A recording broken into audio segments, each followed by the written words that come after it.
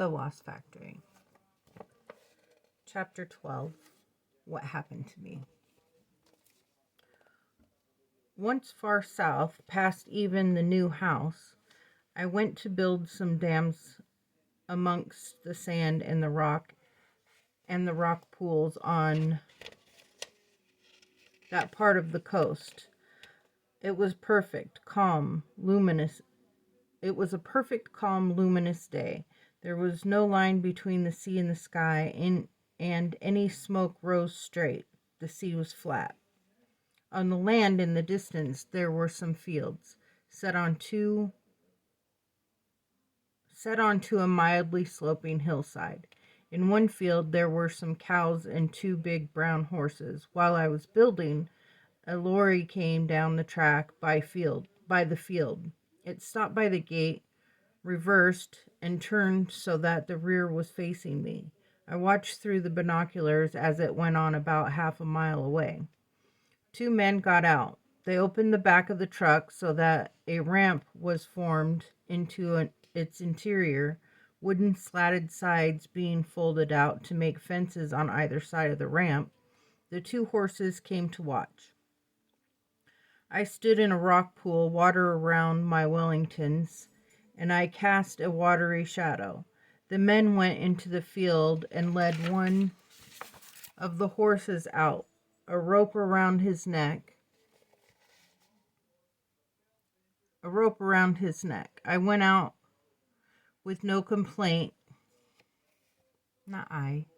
It went out with no complaint. But then the man tried to get it into the truck, up the tailboard, between the skewed, slatted sides. It shied. I've never seen that word. It shied and refused. Leaned backward. I know what it means though. Shied and refused. Leaned backwards. Its mate pressed against the fence beside it. I heard its cries seconds late through the still air. The horse would not go in. Some cows in the field looked on, then continued munching. Tiny waves, clear folds of light, consumed the sand, rock, weed, and shell beside me, lapping quietly. A bird called in the calmness. The men moved the truck away, led the horses after it, down the track and along an offshoot of it.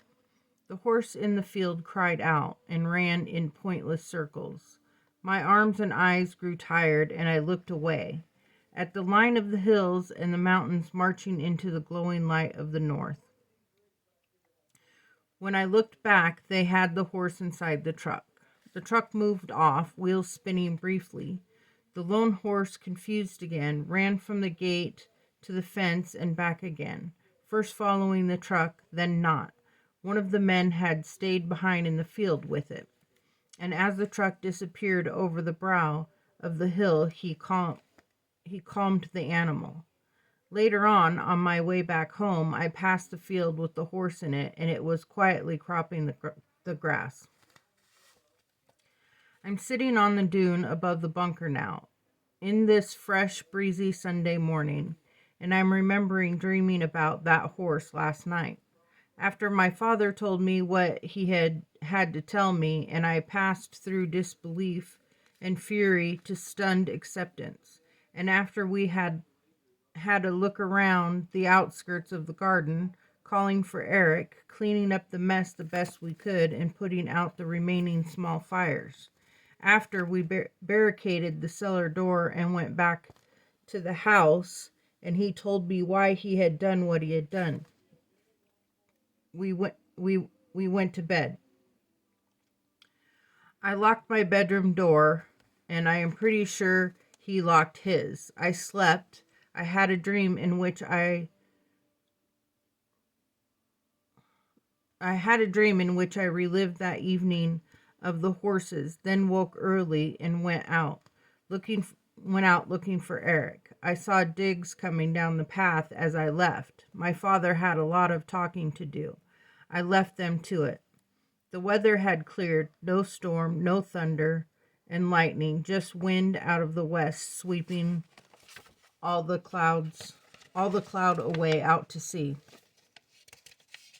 And the worst of the heat with it, like a miracle through more likely, just an anticyclone over Norway. So it was bright and clear and cool. I found Eric lying asleep in the dune above the bunker, head in the swaying grass, curled up like a little child. I went up to him, sat beside him for a while, then spoke his name, nudged his shoulder. He woke up, looked at me, and smiled. "Hello, Eric," I said. He held out one hand, and I clasped it.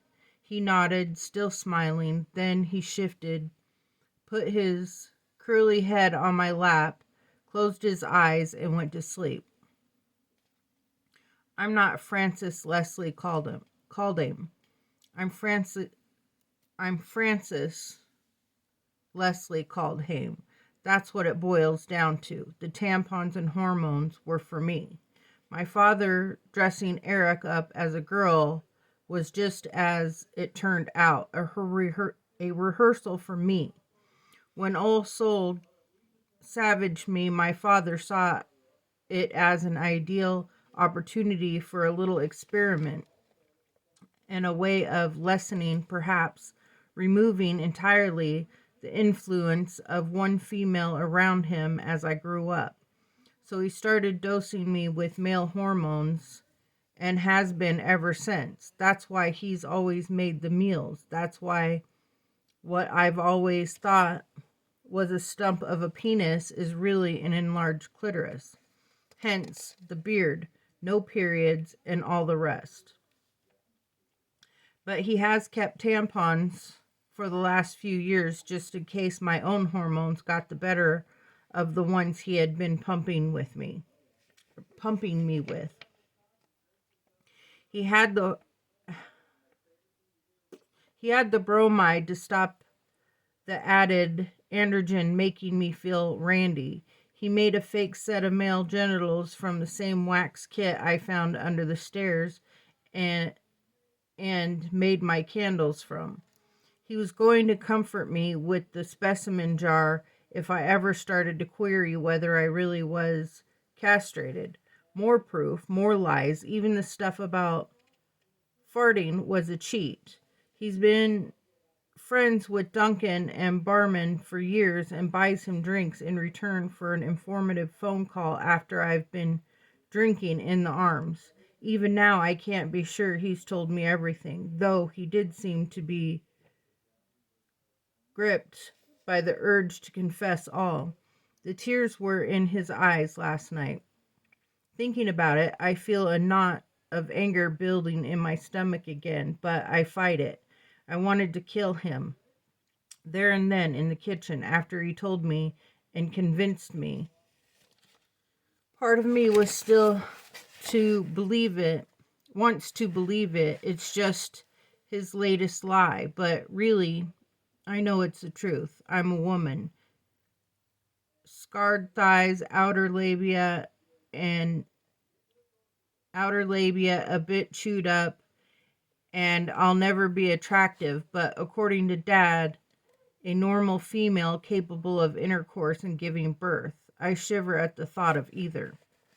I look out at the glittering sea while Eric's head rests on my lap, and I think again of that poor horse. I don't know what I'm going to do. I can't stay here, and I'm frightened of everywhere else, but I suppose I'll have to go. What a bummer. Maybe I'd consider suicide if some of my relatives hadn't produced such difficult acts to follow. I look down at Eric's head, quiet, dirty, asleep, his face calm. He feels no pain. I watch the small waves fall on the beach for a while, on the sea, on the lens of water, twice bulged and wobbling and rolling around the earth. I'm looking at a rippled desert, and I have seen it as flat as a salt lake. Elsewhere, the geography is different. The sea undulates sways, swells, folds into rolling downs under freshening breezes, piles into foothills beneath the stiffening trades, and finally rears white-topped and blizzard-streaked, encircling mountain ranges rammed by the storm-forced wind.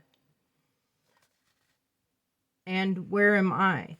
Where we sit and lie and sleep and look.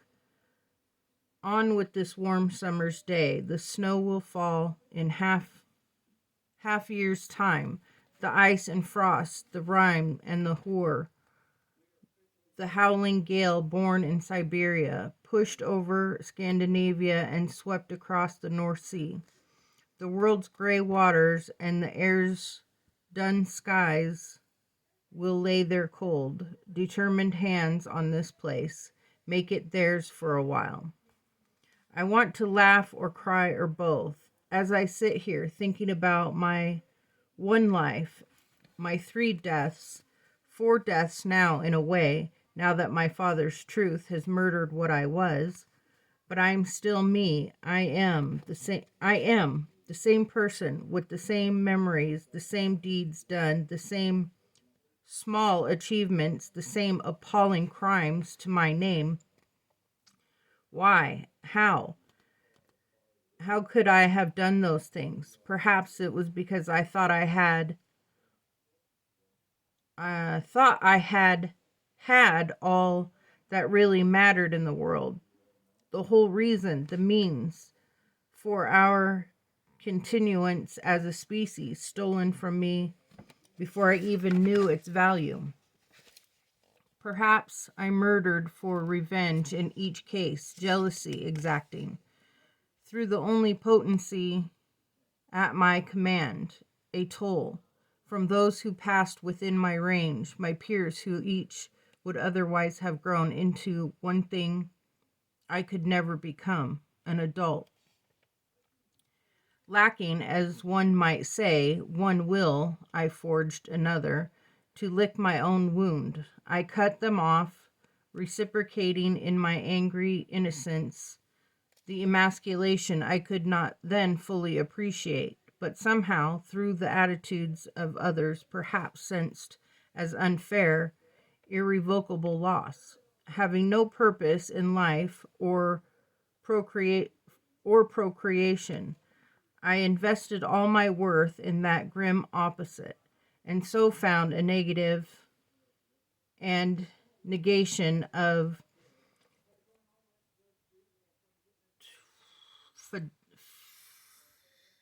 I don't know this word.